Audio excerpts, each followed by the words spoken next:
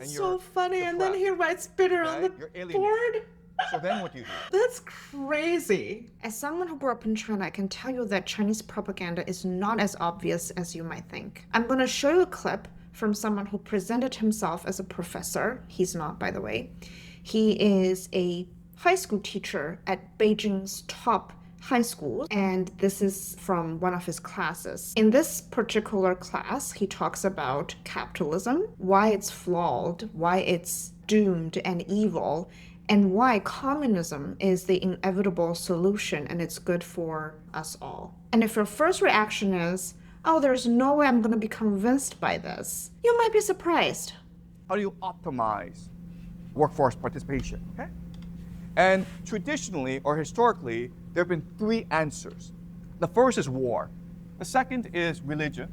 And the third is civilization. Very quickly, just a reminder, he keeps calling himself Professor Jiang, but he actually does not have the qualification to be a professor. This is one of those things where, the internet is so crazy that you can call yourself a professor even without the qualifications.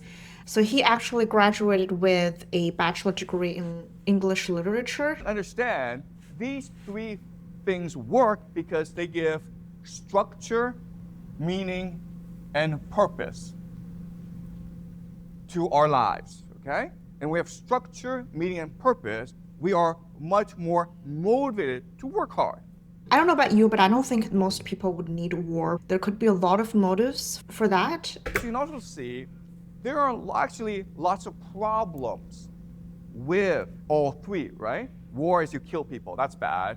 Religion is superstitious, okay? Civilization itself is also problematic because the logical extreme of civilization is racism, okay? Which is to say that we Russians are better than everyone else, we Chinese are better than everyone else, therefore we can do whatever we want, okay? Racism is a buzzword in contemporary Chinese propaganda, whether it's on social media, Chinese social media, or in schools, as it is shown here, to a point that, whenever I talk to people who are in China, the first question they ask me is, oh, it must be hard. You must experience a lot of racism. I'm not saying these problems don't exist. I acknowledge that there are flaws in the West, but I think they're amplifying this problem, and they're using this problem to sort of attack everything else that's good about a democracy, about the West. Leads to imperialism. We have a duty to go conquer other people, to civilize them, right? Something called the white man's burden. There we go. It's the white man's burden. Well, it's funny because none of the emperors were white. They still were very imperialist. It's just greed. Why not want more power? War and conquest are the ultimate good. So historically, war, religion, and civilization have given people structure, meaning, and purpose, but they create a lot of problems. They create suffering and war and pain. Because of abstraction, we develop new ideas. For example, money, okay? So rather than have war, religion, and civilization as the structure and center of our society, why not make money the structure of your society, okay? And this is what we call capitalism. And capitalism, of course, led to the Industrial Revolution, industrialism, okay? Capitalism meant that society were becoming wealthier and wealthier, more industrial and more industrialized, okay? But there's a problem with capitalism, right? What's the problem with making capital or money at the very heart of your society? Growing up, we were always taught that capitalism is bad because capitalism is all about greed, all about making money. What kind of, I think, ironic is in China, people are more about making money than I think a lot of the Canadians I know here. Here people talk about work and life balance, but in China it's always like, go, go, go, go, let's make more money. How do I make more money and how do I stay afloat? So the first major problem with capitalism is it's all-consuming.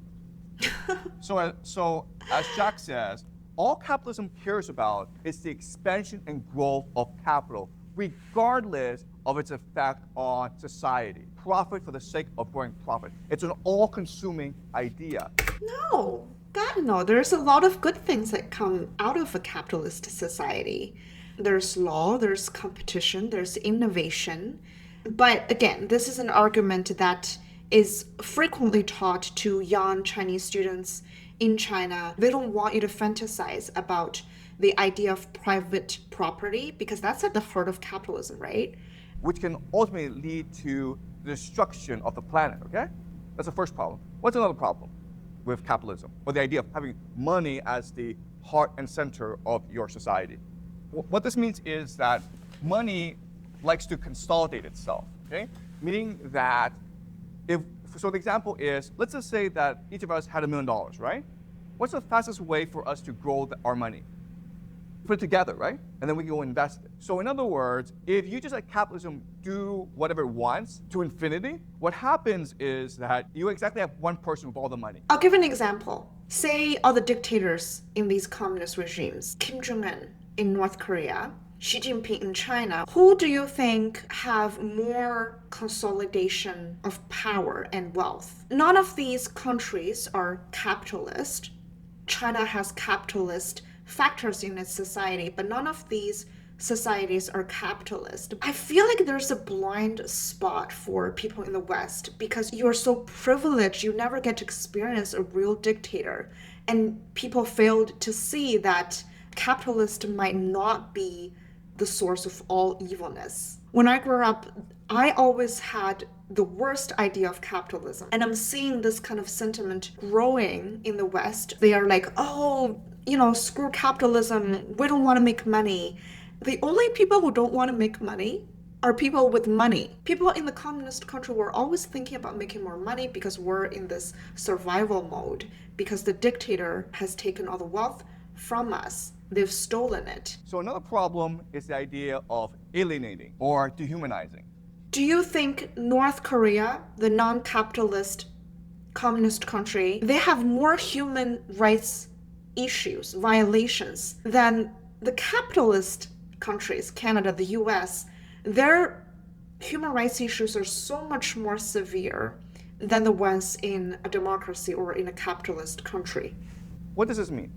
Capital alienates and dehumanizes. What does that mean?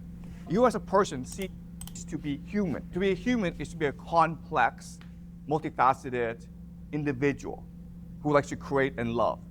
But in capitalism, you're only your production value, you're only the amount of money in your bank account, okay? Does that make sense? All right? For all these reasons, capitalism is really bad. There are actually more reasons. I challenge you to think about the alternative. What if you don't own your money? You can't make your own money. A lot of the ways you make money, you could make money, are controlled by the country. How would that make your life better? Karl Marx, in his Communist Manifesto, points out all these problems of capitalism, and he proposes a solution, which is, okay, rather than make money at the heart and center of your industrial society, make the worker That's right. the heart and center of your society. Okay? Oh my God, where do I even start? I don't know if you guys know this, but you cannot form a union in China. Even though China claims to be all about Chinese people, all about workers, we're communists, we're socialists, whatever they want to call themselves. I remember when I first came to Canada and there was so many strikes every year. I was so stunned. I was like, what? It was a culture shock for me. I did not know that workers could organize like this in a democracy and fight for their rights. When workers in China, they have to beg to be paid because there is no law, there is no effective contract for them. There is nothing they could do. There's no recourse for them. The only thing they could do is beg for money that they've earned. So this is, I guess, the biggest lie. This is part of the Hegel cycle where capitalism comes along and communism will be the natural evolution of capitalism. Okay, why? Let's do this thought experiment where your parents have died and now you're extreme. working in a factory in order to survive. How do you feel about this? Parents? Yeah, another thing. In these propaganda sessions, which are mandatory in China, there's often something personal. They're always trying to roll up your emotion, to kind of cloud your judgment. And this is very typical, but I'm hoping that you guys won't fall for it. Right? There's no one to support you. So at 18, 17, 18, you have to go off to a factory to make money for yourself. So how do you feel about this? How do you feel? Yeah, exactly, okay? You're bitter. That's so funny. And then he writes bitter on the board. So then what do you do? That's crazy. What do you do? What can you do now? You start to think about why this is the case, right? You start to have political consciousness, okay? What Marx calls political consciousness. From this alienation of the worker, workers will start to develop a political consciousness, right? They're like, why is this happening? Why is the government abandoning me? Why has society abandoned me? What can I do about this, okay? So then what happens? That's exactly right. You want change, right? And how do you enact change? Yes, okay. You spread your ideas and you organize, right? And when you organize, what do you realize? Yeah, what you recognize when you start to organize is the capitalists need you to do the work, right? The capitalists own the capital and the factories, but you're the one who's actually doing the real work. Isn't this scary that we're seeing people in the West repeating Chinese propaganda? Isn't this scary that we're seeing similar sentiment, arguments that are being adopted by people in the West? I wish they could realize what they're believing. Because it's not the first time I've heard something like this. And I think it's hard for me to explain to people, no, this is something that we've already survived. This is the lies that they told us.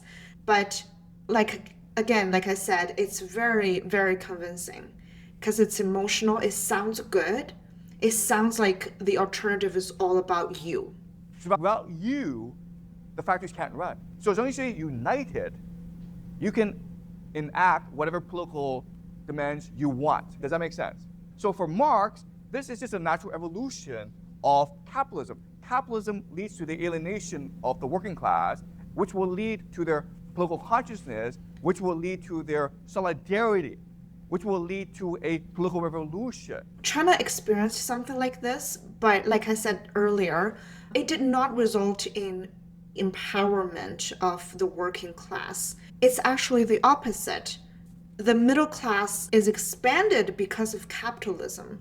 So you can make the worker as the heart center of your society.